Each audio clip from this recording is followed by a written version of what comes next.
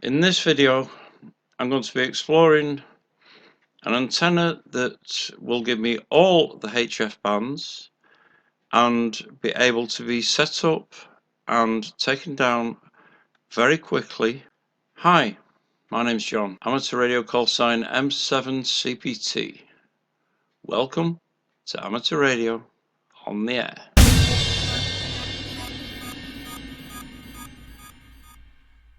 If you watched my last video, you may have noticed at the end I showed the devastation that had happened to my previous antenna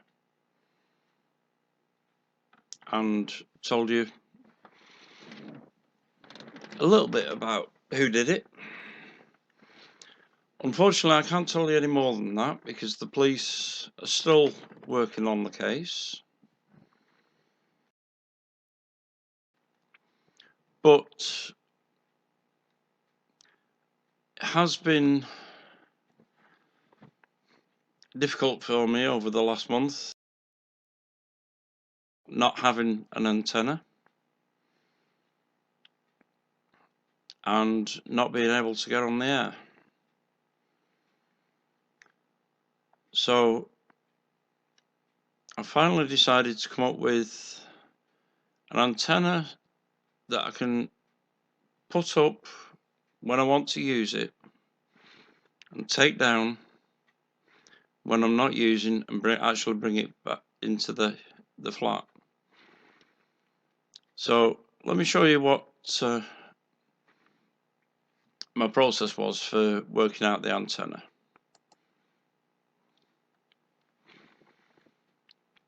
This is the GPA ATF fiberglass antenna. It's actually 4 sections and priced at £129. Now, these particular antennas apparently have a problem with receiving on the 40 and 80 meter band. So there is this kit that you can get to add to the antenna. This bottom section attaches onto the antenna, and these two fire sticks, ham sticks, whatever they are, purely work to increase the ground plane on the 40 and 80 meter bands. When I contacted Moonraker and asked them about this, I asked if it would work with the GPA antenna. They said that has not been tested yet. So for now, I thought I'll pay the extra and get the actual antenna that is designed to go with that expansion kit. And that's this one, the SEHF360 Sigma EURO-COMM. As far as Moonraker know, these are just similar aerials made by different companies. They may be exact copies of each other, and there's only a £10 difference. So because of that, I decided to go with this one because it's designed for the ground plane and pay the extra £10.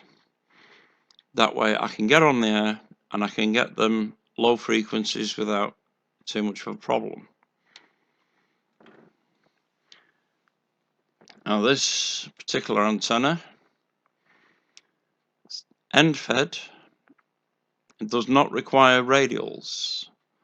So I don't have to worry about radials laying on the ground. It would give me something extra to pack up and bring in. Now, if it wouldn't have been for what happened to my previous antenna, I was looking into putting up the DX Commander at this property, but I'm afraid that's going to have to wait until I move. The frequencies go from 3.5 to 52 megahertz. So that's the 80 meter band all the way through to the 6 meter band inclusive. And it can actually be used as a receive antenna on a much wider frequency, but that cannot transmit on the 160 band, can only receive on it. It's rated at 300 watts PP, far more than my license allows. The SWR of 1 to 1.5 or less.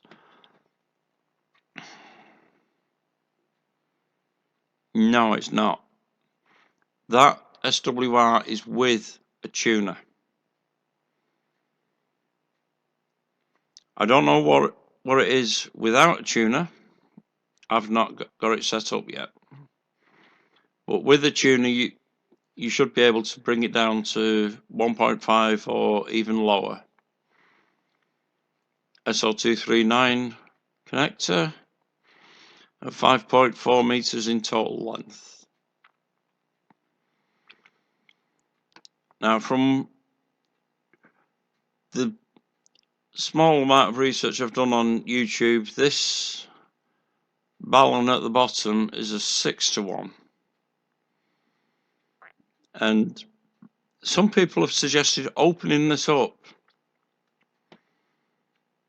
in order to be able to add a counterpoise. Do not open this balun up for a counterpoise. If you want a counterpoise, this metal section here is connected to the earth side of the antenna, and there's a little bolt there that you can attach your counterpoise to. But as the counterpoise is only needed for 1480, what you may as well do is get this kit to give you the extra receive side for 1480. That way you don't need any wires, and the whole lot can be packed up and put away fairly easily and fairly quickly. Now, the next thing I had to look at was mounting the antenna. Now, this was a little trickier than I actually suspected, because I wanted a mounting that I could basically put down without concrete, because I plan to be moving soon. So I couldn't just plant a pole into the ground and use that. I noticed Callum did a video recently where he put a hinge system onto an antenna, so he could basically lower it and make some modifications to it and actually do something with that.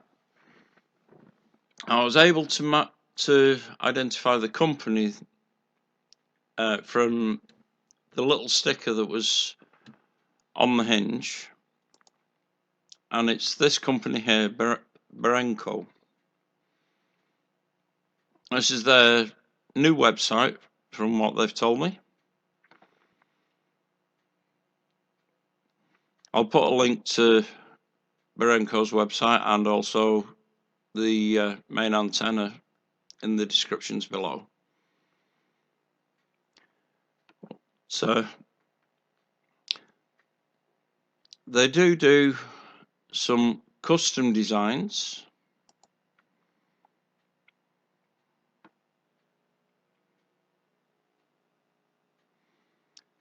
There's 5 examples on the website of custom designs they've actually done.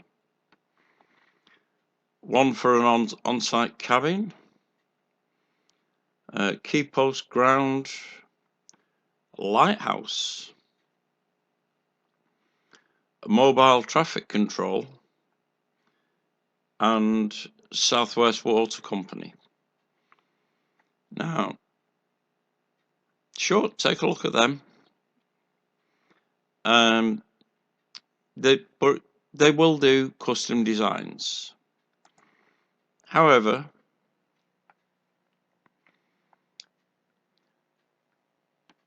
I didn't actually need that much of a custom design, as it turns out.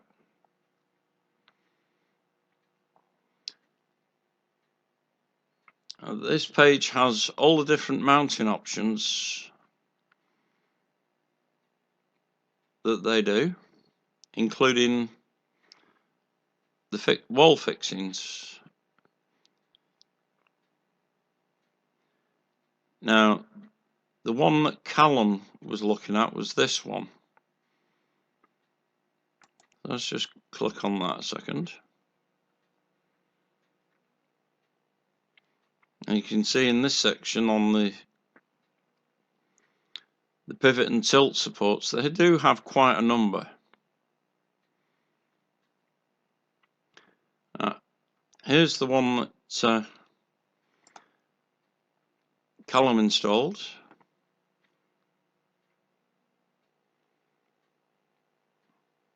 which in my opinion is an excellent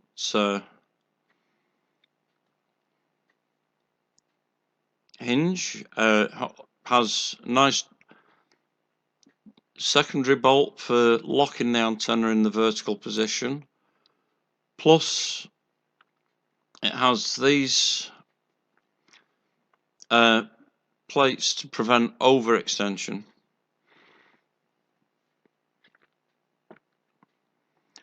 But Callum mentioned that his seemed to turn in the ground. I wasn't sure if it was down to the bolts not being tight enough on that, or just the pole they were attached to rotating. So I thought about, what if the pole wasn't an actual pole? They also do these, which come in 2 forms. You have angle brackets and a pole type. Now, looks at the angle brackets. Now, the hinge on these only has 1 bolt, so it doesn't lock in place.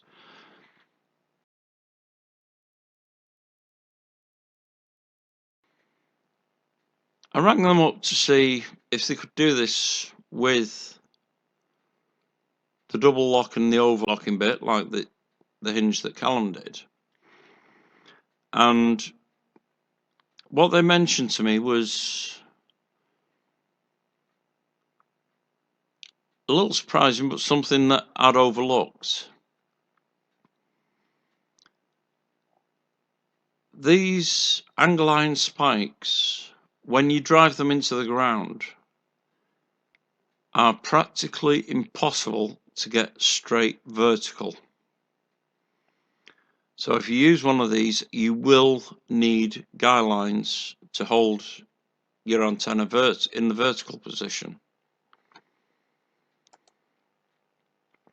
So that one wasn't ideal.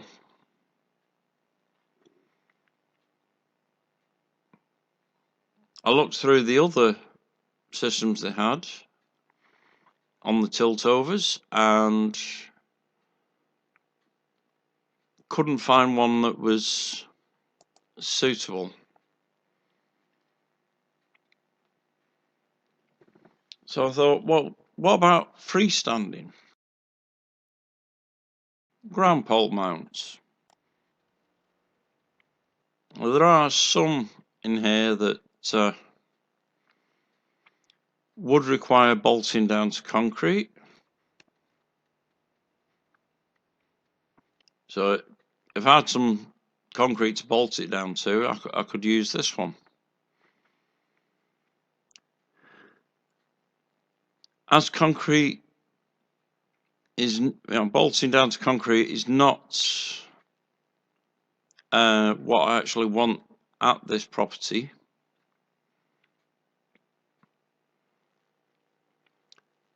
They suggested using this stand.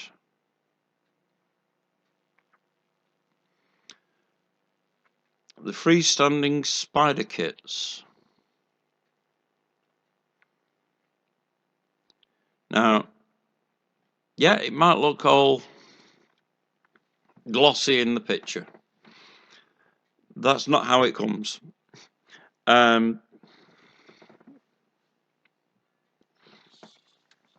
It actually comes, as you can see,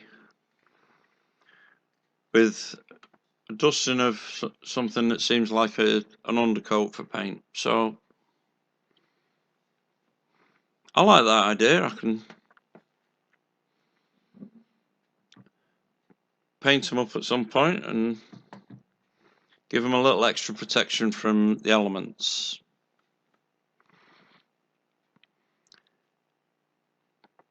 Also, what was mentioned was these loops on the top. If I chose the 1 meter version with the feet, so that's, you get both a ring and this hook. This hook section can actually be used as a point for guying your antenna onto, which I thought that could be of use. So that's quite nice. But also what's of use, these rings,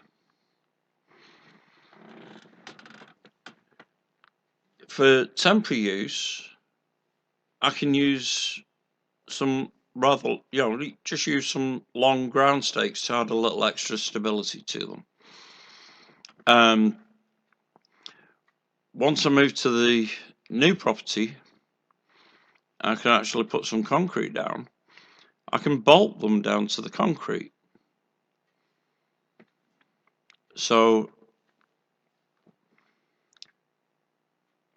I decided to go with this particular option with the feet. If you want the 1 meter option without the feet, hold on, let me just, as you can see in this picture,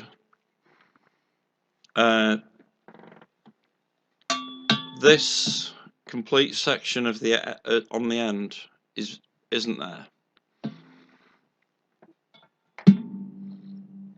Personally, I would recommend getting it with the feet.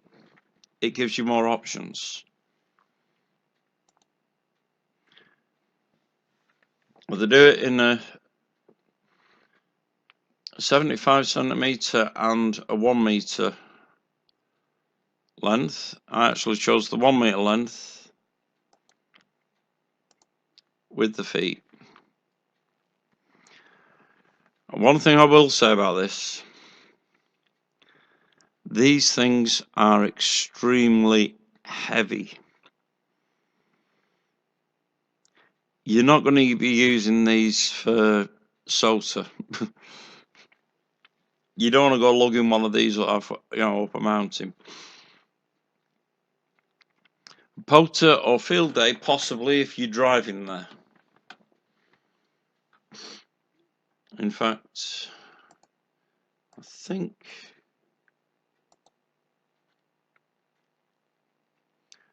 so. Here's one just stood in a field.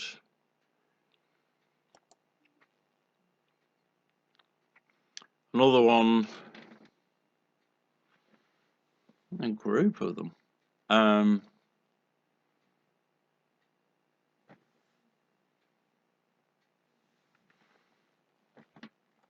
Not sure where these photographs were taken, but they literally show what you can do with it.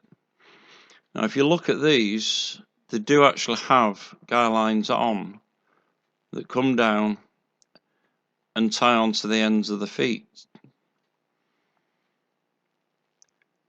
So the whole thing's portable and movable, even once you've got it set up.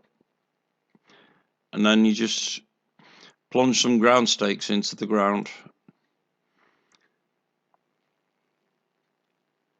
There's another setup, no guy lines this time.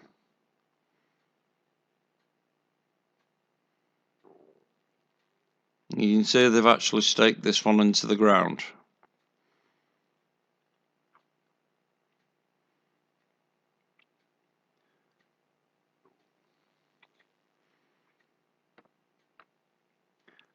It looks like they've, if I can get this to follow it round. Yeah, they've put some, they've used the loops on the end to put this warning tape round to basically make sure people don't trip up over them. So I ordered one of them. Also for the antenna, I ordered a pole to mount them on. Now these come in two thicknesses, 10 or 16 SWG. I actually ordered the 10 because I like to have a bit of strength in the aluminium, and that one's a little bit extra. Now they do have various lengths available, going all the way up to 5 meters if you want it.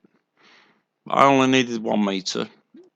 This antenna can be mounted very close to the ground. I could have probably got away with ½ meter pole, but 1 meter is the shortest they've actually got as down as standard. Now for the actual centerpiece, because I was using it for securing the 1.5 inch pole, they did extend the bolts for me. So on my one I do have slightly longer bolts than you'd normally have in the thing.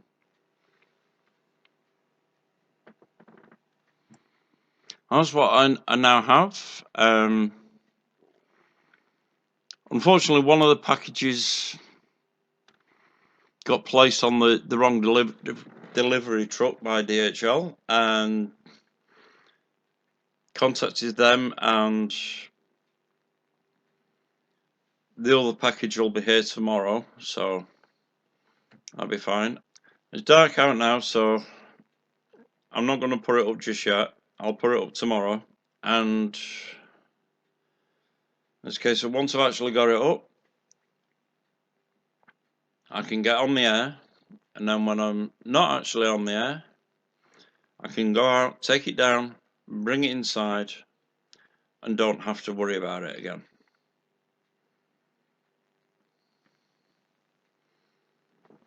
So with all that being said, one thing I will say, I'm glad to be able to say this again. Catch you on the air.